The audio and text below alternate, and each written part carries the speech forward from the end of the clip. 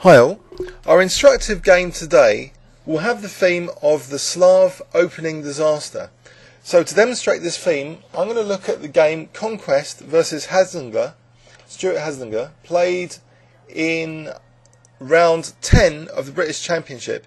It was given the best game prize that day. Stuart Conquest played the move c4, and now Stuart Haslinger played knight f6, and after d4, c6 was played. So kind of trying to transpose into the Slav defence. But now, Stuart Conquest played bishop f4, so slightly unusual, not developing his knights, that bishop being moved immediately.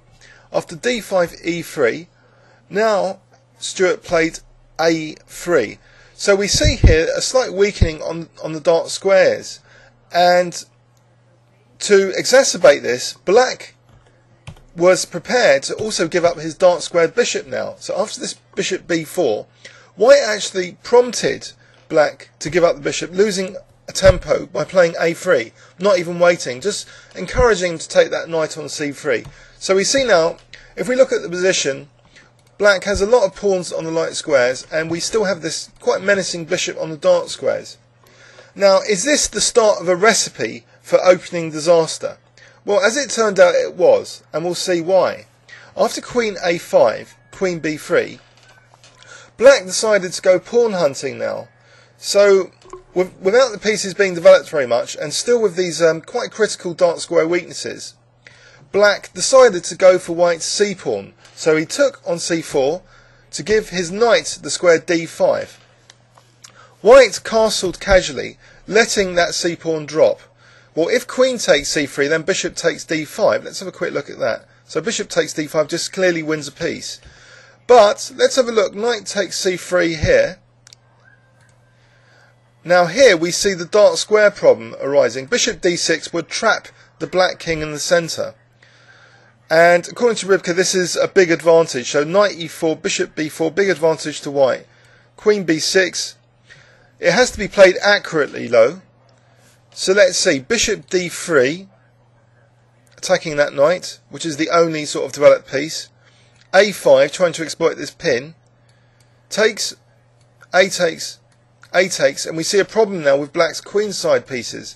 So the rook takes, knight a6, and White is better, but this isn't at all bad compared to the game. In the game, let's go back.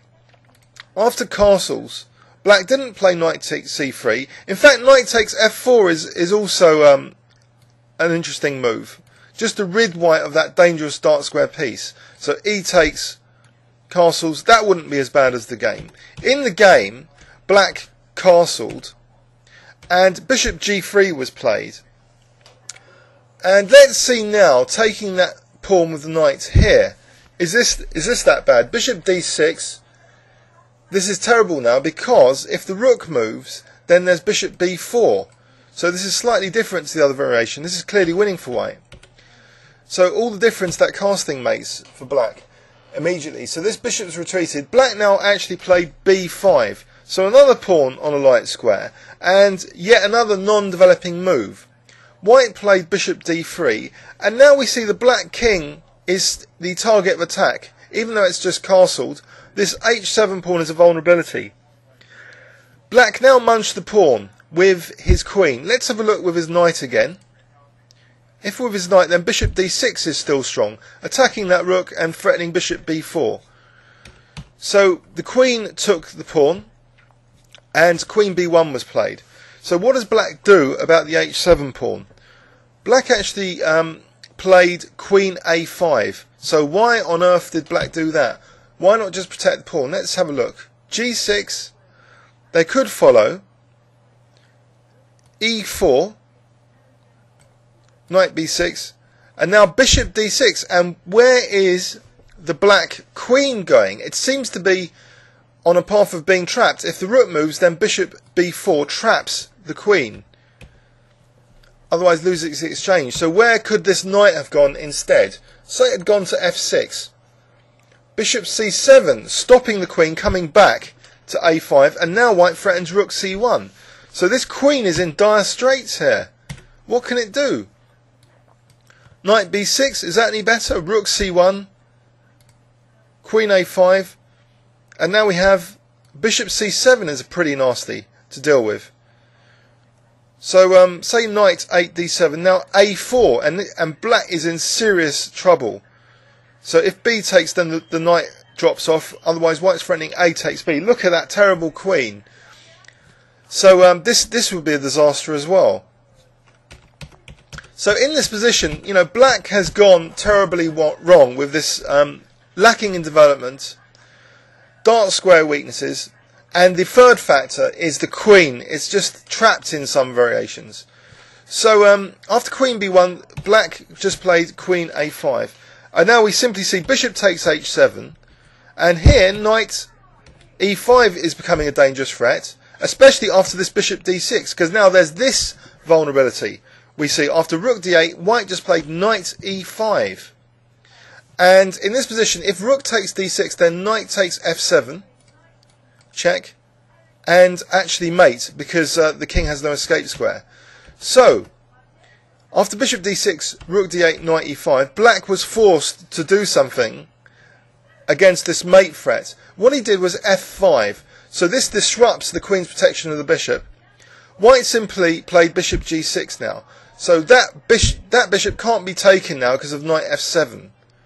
So rook takes, knight f7 check, just winning the exchange is fairly clear.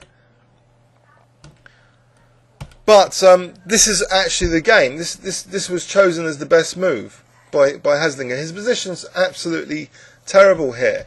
So he gave up the exchange, and after queen d8, white now took the bishop on c8. It can't actually retreat that knight anyway.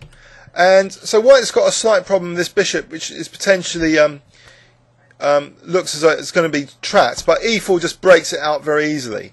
So knight c3, queen b3, and black gave a check and played knight f4. But look at black's queenside development. These pieces are just awful, and black's king is still in trouble. E takes f5.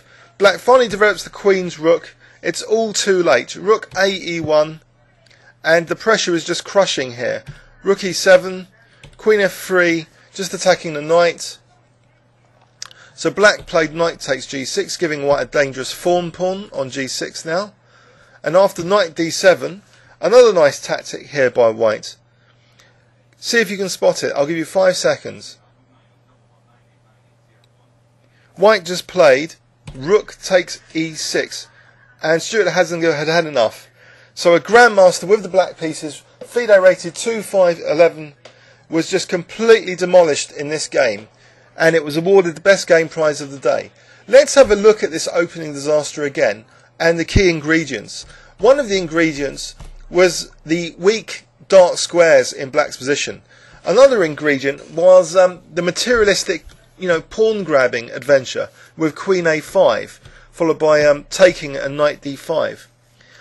So after castles, maybe black could have done better here with either knight takes f4 or even knight takes c3. Although knight takes c3, still seems a very dangerous idea. Knight takes c3, bishop d6. We had a look at that in the main video. Let's not repeat that. So in the game, black castled, and bishop g3 was calmly played. So b5, bishop d3, and black's king was a target. So Haslinger was really in trouble now because of another factor, his queen being potentially trapped. So he tried to do something about his queen, but now the tactics on his vulnerabilities, including f7, started to tell. So knight e5, winning the exchange now, and the rest was really just straightforward looking moves, just to blow black apart, getting this dangerous fawn pawn, which was immediately used for this final tactic, rook takes e6. So if rook takes e6 here, then queen f7, king h8, and now just queen takes e6. So a crushing win. Please leave any comments on YouTube. Thanks very much.